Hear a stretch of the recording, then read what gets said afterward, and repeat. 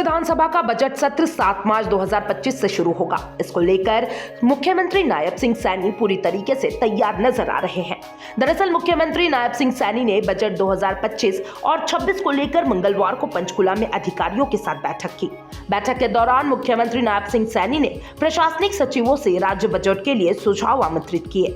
चर्चा के बाद सीएम ने कहा कि आगामी राज्य बजट विकासोन्मुखी होगा। इसमें कृषि, शिक्षा, स्वास्थ्य, खेल, बुनियादी ढांचे और महिला सशक्तिकरण जैसे क्षेत्रों पर विशेष ध्यान दिया जाएगा।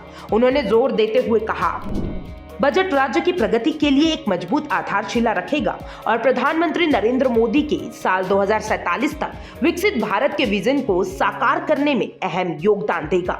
आगामी बजट में समाज के सभी वर्गों के कल्याण पर केंद्रित कई नई पहल की जाएगी। मुख्यमंत्री ने कहा कि मौजूदा सरकार कई सुधारों के जरिए लोगों के जीवन को बेहतर बनाने के लिए काम कर रही है। अब नागरिकों को बार बार कार्यालयों के चक्कर लगाने की आवश्यकता नहीं है। वो घर बैठे विभिन्न कल्याणकारी योजनाओं का लाभ उठा रहे हैं।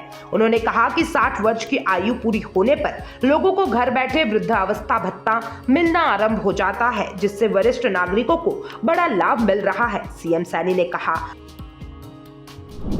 राज्य सरकार ने बीते 10 वर्षों में शासन व्यवस्था में क्रांतिकारी बदलाव किए हैं, जो एक दशक से अधिक समय में सबसे महत्वपूर्ण परिवर्तन है। मौजूदा राज्य सरकार ने विद्यार्थियों को गुणवत्तापूर्ण शिक्षा प्रदान करने पर विशेष जोर दिया है। इस दिशा में छात्र शिक्षक अनुपात सुनिश्चित करने के अलावा सरकारी स्कूलों में बुनियादी ढांचों को लेकर और मजबूत किया है। लड़कियों की शिक्षा को बढ़ावा देने के लिए 20 किलोमीटर के दायरे में नए कॉलेज स्थापित किए गए हैं, ताकि ये सुनिश्चित हो सके कि बेटियों को उच्च शिक्षा प्राप्त करने के लिए दूर नहीं जाना पड़े। मुख्यमंत्री ने कहा कि हरियाणा खेलों की महाशक्ति के रूप में उभरा है। राज्य के खिलाड़ियों ने विभिन्न राष्ट्रीय और अंतर्राष्ट्रीय खेल प्रतियोगिताओं में अपनी योग्यता साबित कर देश और राज्य दोनों को गौरवान्वित किया है। उन्होंने इस सफलता का श्रेय खिलाड़ियों की कड़ी मेहनत और राज्य सरकार की खेल नीति को दिया है।